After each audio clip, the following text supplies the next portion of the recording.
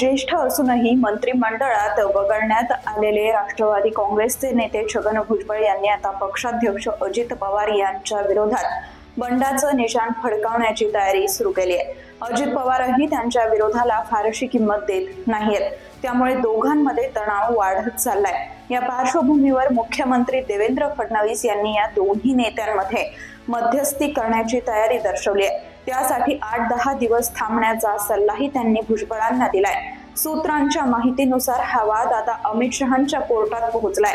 ते अजितदादांची समजूत काढतात की भुजबळांनाच भाजपात घेतात, याबाबत संपूर्ण महाराष्ट्राला उत्सुकता आहे। मिशन पॉलिटिक्स मधून आपण जाणून घेऊया यामागचं भाजपचं राजकारण। नमस्कार, मी समीक्षा। अजित पवारांनी जाणीवपूर्वक डावलल्यामुळे नाराज झालेले छगन भुजबळ आता राष्ट्रवादीत राहण्याच्या मानसिकतेत नाही आहेत। आधीच त्यांचा पुतण्या समीरनं विधानसभा निवडणुकीत राष्ट्रवादीतून बाहेर पडत वेगळी वाट निवडली होती। त्यांनी नांदगाव मधून अपक्ष निवडणूक लढवून पाहिली, पण यश काही आलं नाही। मात्र आता समीरही परत राष्ट्रवादीत जाण्याच्या तयारीत नाहीयेत। त्या पाठोपाठ छगन भुजबळ हेही बंडाच्या तयारीत आहेत। अजित पवारांनी त्यांना मंत्रिमंडळातून बाहेर ठेवण्याचा घेतलेला निर्णय केवळ भुजबळच नव्हे तर पक्षात अनेकांना पटलेला नाहीये। ज्या भुजबळांना ओबीसींचा नेता म्हणून राज्यभर मान्यता आहे, ज्या भुजबळांनी ओबीसींच्या हक्काच्या आरक्षणासाठी मनोज जरांगेंशी पंगा घेऊन राज्य सरकारची बाजू भक्कमपणे लढवली, त्यांनाच गरज सरो वैद्य मरो अशी वागणूक अजित पवार देत आहेत।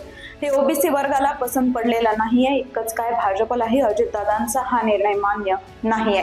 स्वतः मुख्यमंत्री देवेंद्र फडणवीस हे भुजबळांना मंत्रिमंडळात घ्या असं अजितदादांना सांगत होते, मात्र त्यांनी फडणवीसांचंही ऐकलं नाही असा भुजबळ यांचा दावा आहे। या परिस्थितीत भुजबळ वेगळा निर्णय घेण्याच्या तयारीत आहेत। या पार्श्वभूमीवर त्यांनी नुकतीच पुतण्या समीर यांच्यासह देवेंद्र फडणवीस यांची भेट घेतली, तेव्हा फडणवीस यांनी त्यांना वेट अँड वॉचचा सल्ला दिलाय। पत्रकारांशी बोलताना भुजबळ म्हणालेत, ओबीसींनी महायुतीला भरभरून आशीर्वाद दिलाय, त्यामुळे मी ओबीसींचं नुकसान होऊ देणार नाही असा शब्द मुख्यमंत्र्यांनी आम्हाला दिलाय। इतकंच नव्हे तर 8-10 दिवसात या मुद्द्यावर आपण तोडगा काढू, त्यासाठी पुन्हा भेटू, तोपर्यंत दम धरा असा सल्ला मुख्यमंत्र्यांनी मला दिलाय असं सांगून भुजबळ यांनी ओबीसी संघटनांच्या नेत्यांनाही शांत राहण्याचं आवाहन केलेलं आहे। ओबीसी जनता ही भाजपची वोट बँक आहे। या समाजात भुजबळांचे किती महत्व आहे हे फडणवीस व भाजपचे नेते जाणून आहेत। म्हणून तर भुजबळ महायुतीत हवेत अशा प्रतिक्रिया राष्ट्रवादीच्या नेत्यांपेक्षा भाजपच्या नेत्यांकडून जास्त येत आहेत। देवेंद्र फडणवीस, चंद्रशेखर बावनकुळे, गिरीश महाजन यांनीही तसं बोलून दाखवलंय। कदाचित भुजबळ भाजपवाल्यांना जास्त जवळचे वाटत असल्यामुळे हे अजित पवारांना खुपत असेल अशी ही शंका भुजबळ समर्थकांना वाटते।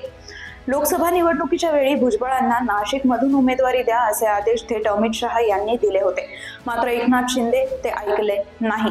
मात्र त्यावेळीही अजित पवारांनी या विषयात फारसं लक्ष दिलं नसल्याची भुजबळांची तक्रार आहे। लोकसभा निवडणुकीच्या निकालानंतर भुजबळांनी राज्यसभेवर जाण्याची इच्छा व्यक्त केली होती, पण तेव्हाही अजित पवारांनी आपली पत्नी सुनेत्रा पवारांना संधी देऊन भुजबळांना नाकारलं। याचं कारण म्हणजे तेव्हा अजित पवारांना भुजबळ विधानसभेत हवे होते। आता मात्र तेच अजितदादा भुजबळांना मंत्रिपद देण्यास नकार देत आहेत।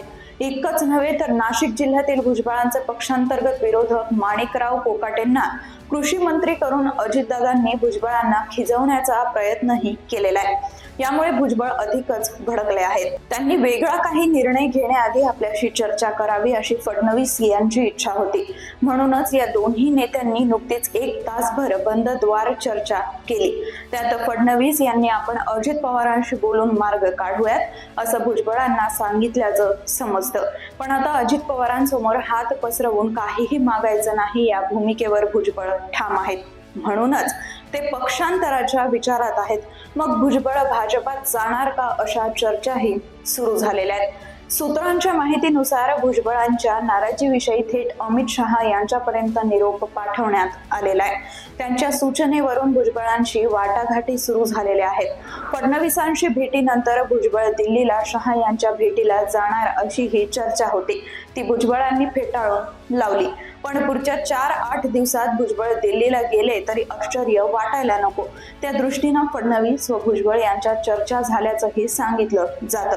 पण भुजबळांना भाजपात घेतल्यास हा निर्णय अजित पवारांना पटेल का, हाही प्रश्न आहे। तुम्हाला याबाबत काय वाटतं, कमेंट मधून जरूर कळवा।